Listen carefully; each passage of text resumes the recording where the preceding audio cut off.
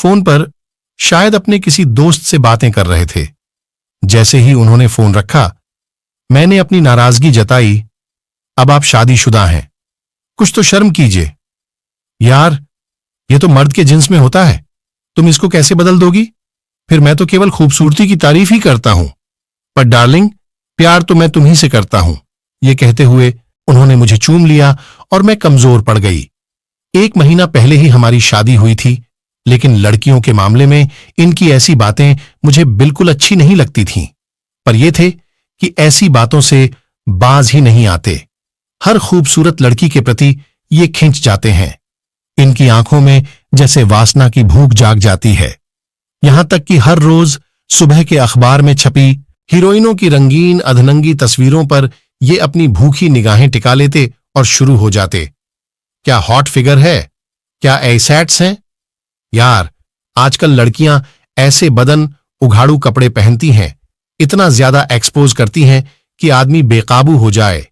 कभी ये कहते, मुझे तो हरी मिर्च जैसी लड़कियां पसंद हैं, काटो तो मुंह सिसकरी या करने लगे।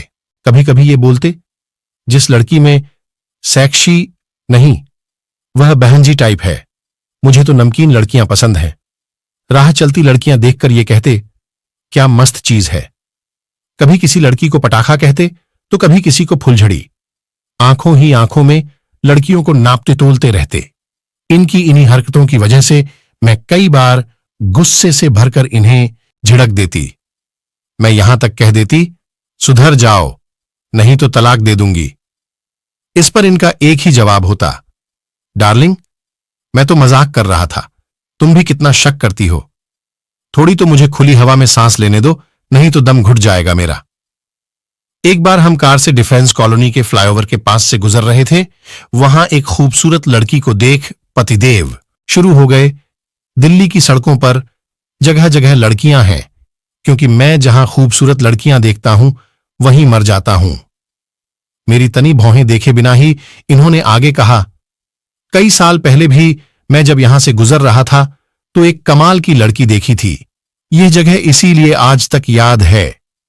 मैंने नाराजगी जताई तो ये कार का गियर बदलकर मुझ से प्यार मोहब्बत का इजहार करने लगे और मेरा गुस्सा एक बार फिर कमजोर पड़ गया।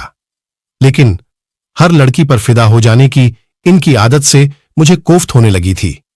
पर हद तो तब पार होने लगी जब एक बार मैंने इन्हें हमारी जवान पड़ोसन से फ्लर्ट करते देख लिया।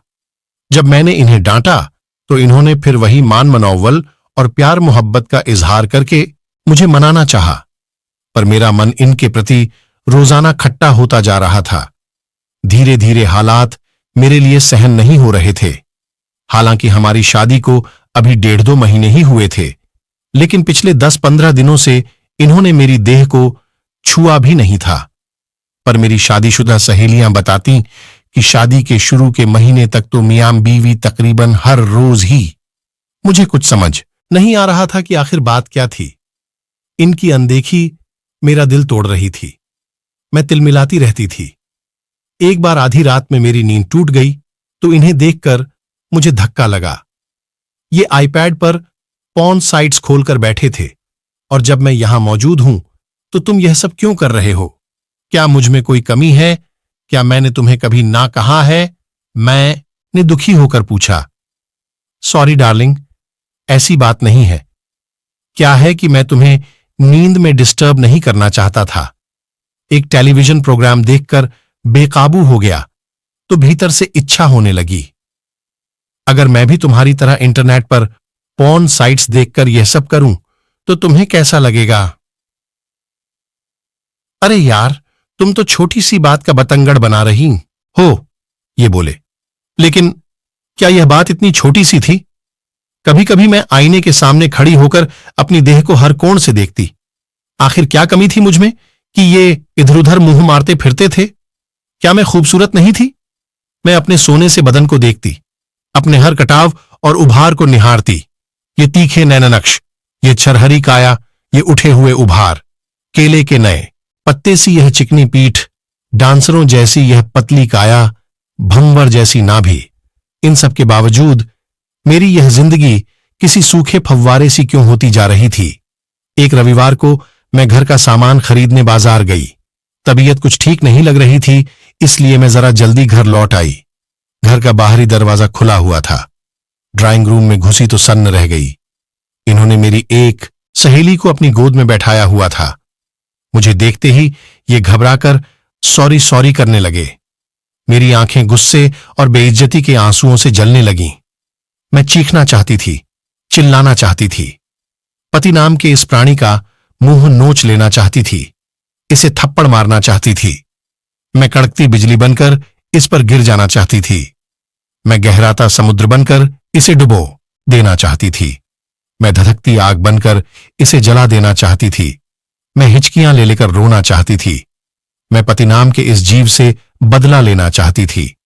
मुझे याद आया, अमेरिका के राष्ट्रपति रह चुके बिल क्लिंटन भी अपनी पत्नी हिलेरी क्लिंटन को धोखा देकर मोनिका लेविंस्की के साथ मौज मस्ती करते रहे थे, गुलछर्रे उड़ाते रहे थे। क्या सभी मर्द एक जैसे बेवफा होते हैं? क्या पत्नियां छलने जाने के लिए ही बनी हैं? मैं सोचती। रील से निकल आया उलझा धागा बन गई थी मेरी जिंदगी। पति की ऊंची हरकतों ने मेरे मन को छलनी कर दिया था। हालांकि इन्होंने इस घटना के लिए माफी भी मांगी थी, फिर मेरे भीतर सब्र का बांध टूट चुका था। मैं इनसे बदला लेना चाहती थी और ऐसे समय में राज मेरी जिंदगी में आया। राज पड़ोस में किराएदार था, 6 फुट का गोरा चिट्टा नौजवान। जब वह अपनी बाहें मोड़ता था तो उसके बाजू में मछलियां बनती थीं। नहाकर जब मैं छत पर बाल सुखाने जाती तो वह मुझे ऐसी निगाहों से ताकता कि मेरे भीतर गुदगुदी होने लगती। धीरे धीरे हमारी बातचीत होने लगी। बातों ही बातों में पता चला कि राज प्रोफेशनल फोटोग्राफर था। आपका चेहरा बड़ा फोटोजेनिक है, मॉडलिंग क्यों नहीं करती हैं आप? राज मुझे देखकर मुस्कुराता हुआ कहता। शुरू शुरू में तो मुझे यह सब अटपटा लगता था, लेकिन देखते ही देखते मैंने खुद को इस नदी की धारा में बह जाने दिया। पति जब दफ्तर चले जाते तो मैं राज के साथ उसके स्टूडियो चली जाती। वहां राज ने मेरा पोर्टफोलियो भी बनाया। उसने बताया कि अच्छी मॉडलिंग असाइनमेंट्स लेने के लिए अच्छा पोर्टफोलियो जरूरी था, लेकिन मेरी दिलचस्पी शायद कहीं और ही थी। बहुत अच्छे आते हैं आपके फोटोग्राफ्स, उसने कहा था, और मेरे कानों में यह प्यारा सा फिल्मी गीत बजने लगा था। अभी मुझ में कहीं बाकी थोड़ी सी है जिंदगी। मैं कब राज को चाहने लगी मुझे पता ही नहीं चला। मुझ में उसकी बाहों में सो जाने की इच्छा जाग गई। जब मैं उसके करीब होती तो उसकी देहगंध मुझे मदहोश करने लगती। मेरा मन बेकाबू होने लगता। मेरे भीतर हसरतें मचलने लगी थीं।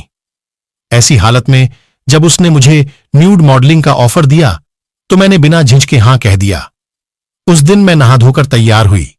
मैंने खुशबूदार इत्र लगाया, फेशियल, मैनिक्योर, पैडिक्योर, ब्लीचिंग वगैरह मैं एक दिन पहले ही एक अच्छे ब्यूटी पार्लर से करवा चुकी थी। मैंने अपने सबसे सुंदर पर्ल इयररिंग्स और डायमंड नेकलेस पहना, कलाई में महंगी घड़ी पहनी और सज-धज कर मैं राज के स्टूडियो पहुंच गई। उस दिन राज बड़ा का हैंडसम लग रहा था। गुलाबी कमीज और काली पैंट में वह मानो कहर ढा रहा था। हे, यू आर लुकिंग ग्रेट। मेरा हाथ अपने हाथों में लेकर वह बोला। यह सुनकर मेरे भीतर मानो सैकड़ों सूरजमुखी खिल उठे। फोटो सेशन अच्छा रहा। राज के सामने टॉपलेस होने में मुझे कोई संकोच नहीं हुआ। मेरी देह को वह एक कलाकार सा निहार रहा था, किंतु मुझे तो कुछ और की ही चाहत थी। फोटो सेशन खत्म होते ही मैं उसकी ओर ऐसी खिंची चली गई जैसे लोहा चुंबक से चिपकता है। मेरा दिल तेजी से धड़क रहा था। मैंने उसका हाथ पकड़ लिया। नहीं नेहा, यह ठीक नहीं। मैंने तुम्हें कभी उस निगाह से देखा ही नहीं। हमारा रिलेशन प्रोफेशनल है। राज का एक एक शब्द मेरे तन मन पर चाबुक सा पड़ा। पर मुझे लगा तुम भी मुझे चाहते हो। मैं बुदबुदाई, नेहा, मुझे गलत मत समझो, तुम बहुत खूबसूरत हो। पर तुम्हारा मन भी उतना ही खूबसूरत है, लेकिन मेरे लिए तुम केवल एक खूबसूरत मॉडल हो। मैं किसी और रिश्ते के लिए तैयार नहीं, और फिर पहले से ही मेरी एक गर्लफ्रेंड है जिससे मैं जल्दी ही शादी करने वाला हूं, राज कह रहा था। तो क्या वह सिर्फ एक तरफा खिंचाव था या पति से बदला लेने की इच्छा का नतीजा था? कपड़े पहनकर मैं चलने लगी तो राज ने मेरा हाथ पकड़कर मुझे रोक लिया। उसने स्टूडियो में रखे गुलदान में से एक पीला गुलाब निकाल लिया था। वह पीला गुलाब मेरे बालों में लगाते हुए बोला, नेहा, पीला गुलाब दोस्ती का प्रतीक होता है। हम अच्छे दोस्त बनकर रह सकते हैं। राज की यह बात सुनकर मैं सिहर उठी थी। वह पीला गुलाब बालों में लगाए मैं वापस लौट आई अपनी पुरानी दुनिया में। उस रात कई महीनों के बाद जब पतिदेव ने मुझे प्यार से चूमा और सुधरने का वादा किया तो मैं पिघलकर उनके आगोश में समा गई। खिड़की के बाहर रात का आकाश न जाने कैसे कैसे रंग बदल रहा था। ठंडी हवा के झोंके खिड़की में से भीतर कमरे में आ रहे थे। मेरी पूरी देह एक मीठे जोश से भरने लगी। पतिदेव प्यार से मेरा अंग अंग चूम रहे थे। मैं जैसे बहती हुई पहाड़ी नदी बन गई थी। एक मीठी गुदगुदी मुझ में सुख भर रही थी। फिर केवल खुमारी थी और उनकी छाती के बालों में उंगलियां फेरते हुए मैं कह रही थी, मुझे कभी धोखा मत देना।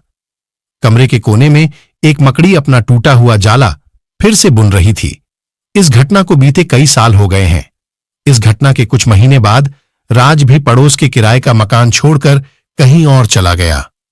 मैं राज से उस दिन के बाद फिर कभी नहीं मिली। लेकिन अब भी मैं जब कहीं पीला गुलाब देखती हूं तो सिहर उठती हूं। एक बार हिम्मत करके पीला गुलाब अपने जूड़े में लगाना चाहा था तो मेरे हाथ बुरी तरह कांपने लगे थे।